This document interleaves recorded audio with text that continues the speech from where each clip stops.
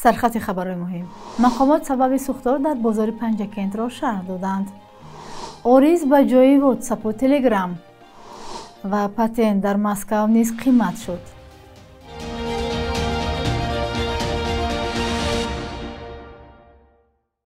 روزتان بخیر باشد بیننده های گرامی. شما نویده بامدادی را تماشا دارید که از استودیوی مرکزی شهر دوشنبه براتون تقدیم می‌گردد. امروز پنجشنبه 13 نوامبر. شب 12 نوامبر تخمینا ساعت 10:10 در نزدیک درآمدگاه بازار گلستان پنجکند سوختار سر زد. به اطلاع خدمات آتش نشانی شهر، سوختار تقریبا 600 متر مربع را فرا گرفته تا ساعت 2 صبح امروز پورا خاموش کرده شد. حالا سبب‌های سوختار معین کرده شده، خسارات رسیده نیز حساب کرده می شود.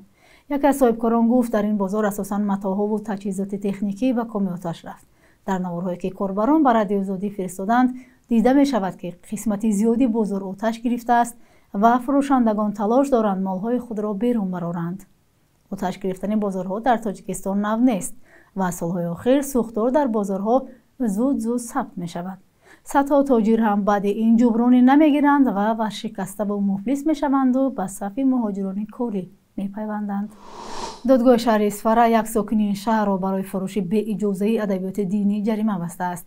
این مرد که از او نام بردن نشده است در بازار مرکزی شهر به کتاب فروشی مشغول بوده است. بنا به قرار سود نام برده کتاب‌ها را بدون گرفتن خلاصه تشخیص دینشناسی به فروش گذاشته با این عمل از طلبات کودکس حقوق بیان‌کنی مأموریت تاجیکستان را بیان کرده است. قانونگذاری تاجیکستان فروش و پهن کردن ادبیات دین را بدون حجت رسمی دینشناسی منع کرده است. دادگاه او را با ماده 474 قسم 1 کودکس حقوق بیان‌کنی مأموریت تاجیکستان گناهکار دانسته به مبلغ 4080 سومانی به فایده دولت جریمه بسته است. اشیاء حقوق بیان‌کنی مأموری 7 عدد کتاب مصادره و برای نگهداری به کمیته دین فرستاده شده است. نظر این مرد به قرار سود معلوم نیست. همچنین در خبر دادگاه شهر اصفهان گفته نشده است که این کتاب‌ها با کدام راه وارد تاجیکستان شدند. خدمات علاقه تاجیکستان از فعالیت یک پیامرسان نوی ملی با نام اوریز خبر داد که امکان دارد در آینده جایگزین واتساپ و تلگرام باشد.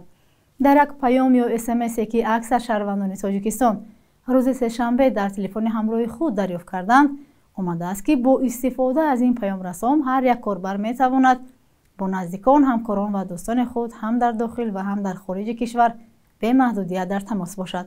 خدمات علاقه در شهر فعال شدن آن نوشته است که چند سال اخیر دسترسی به پلتفرم‌های خارجی محدود گردیده است. از جمله زمانی که در روسیه تلگرام و واتساپ محدود شدند، هزارها مهاجر برای ارتباط با اهل عائله خود در تاجیکستان با مشکل روبرو گردیدند.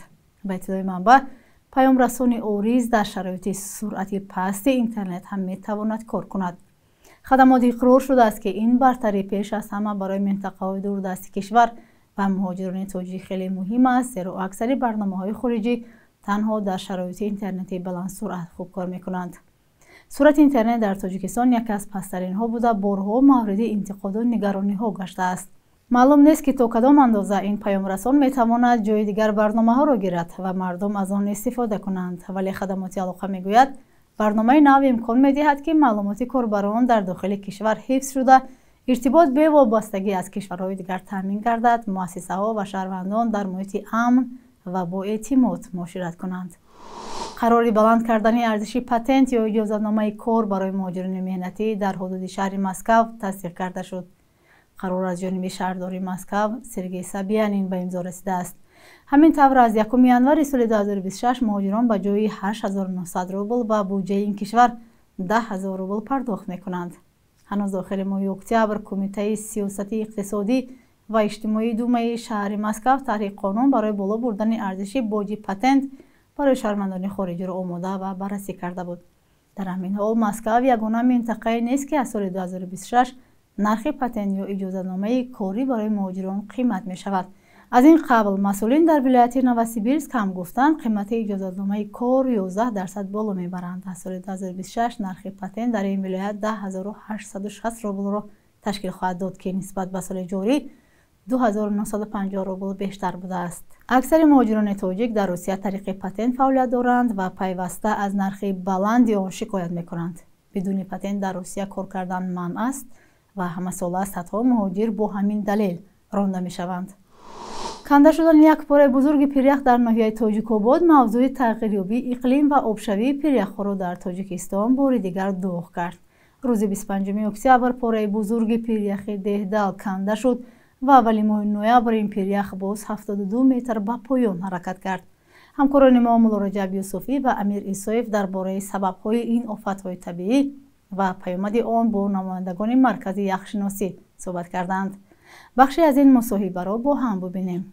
در این سالهای اخیر در حوزه دریای سرخاب البته بارش کم به قید گرفته شده ایستاده است. بخصوص سالی که ما در آنجا امسال سفر داشتیم، یک چند سفرهای کارهای علمی تحقیقاتی، چون ما هر گاهی سفر میکنیم حتما با ساکنان هم صحبت میشیم یا هستن گروهی که با ما همراهی میکنن تا منطقه های لازمه و ما با گروه از ساکنان در ناحیه وادی در ناحیه لخش وقتی که به پیریخ برالموس که امروز با نام سید نفیسی وصل کرده شده است در آنجا سفر داشتیم.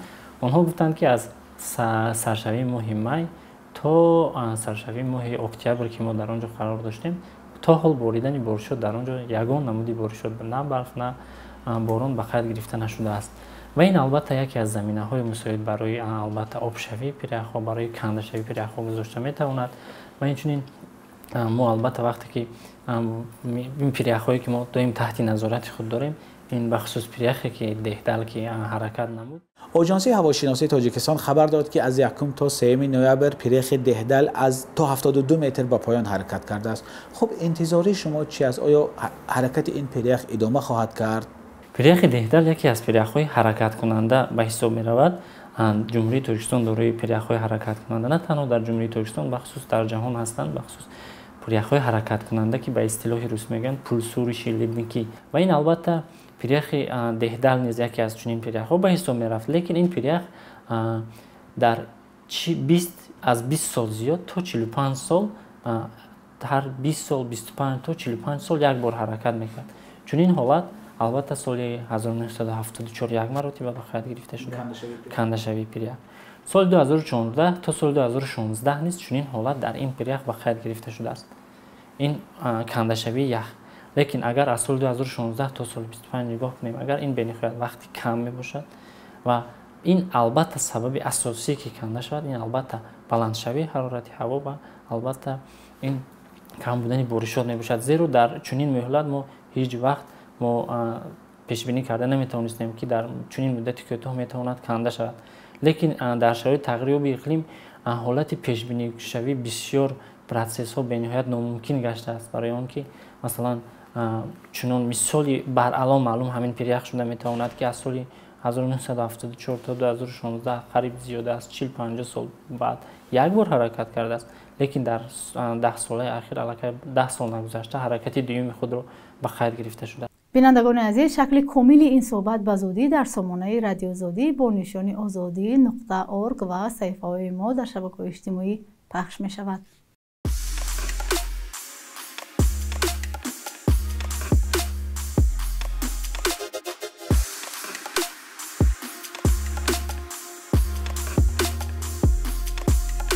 همه چیزی که میخواهند و میخواهید در اینجا هست. تازه ترین اخبار، گزارش های ویدیویی، شرح حادثه و تحقیقات ژورنالیستی. زمینه رادیو آزادی را نصب کنید و همه این را با انگشت زدن به تلفن هوشمند خود به دست بیارید.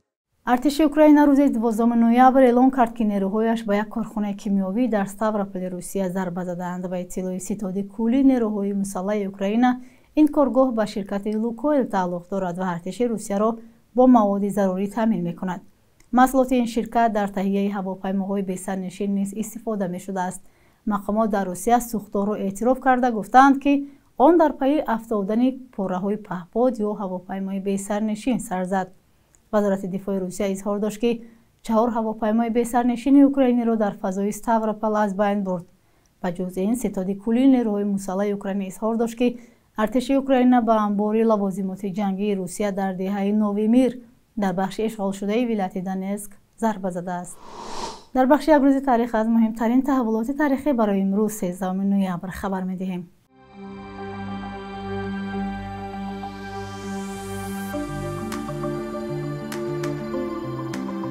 13 نوامبر سال 1896 زادروز اولین وزیر کارهای داخلی تاجیکستان عبدالله یار محمدов است که دوام 3 سال کمیسر خلقی امور داخلی تاجیکستان مختار بود. این فرزند خانواده ازبک تبارهای ساکن قزاقستان جنوبی به قول تاریخشناسان شوروی مبارز به امان باسمچیگری در تاجیکستان و وادی فرغانه دانسته می شود. یار محمدов در 44 سالگی در پی بیماری سنگین درگذشت.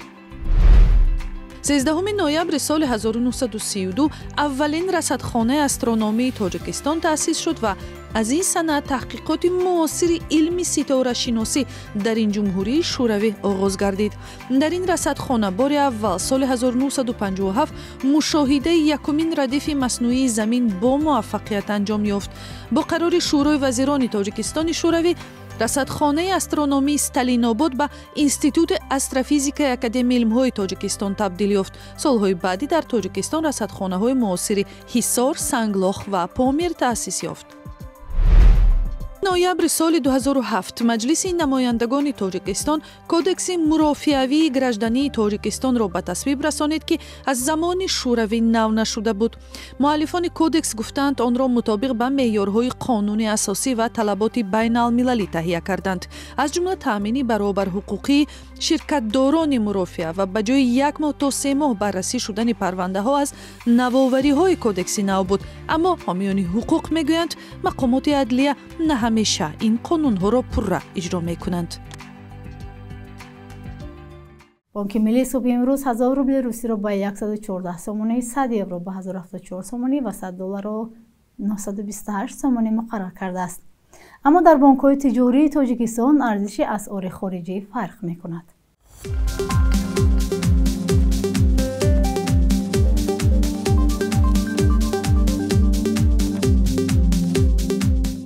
بینندگان عزیز، شما نویدی با مدیر رو تماشا کردید. اگر نظر و پیشنهادی دارید برای ما نویسید.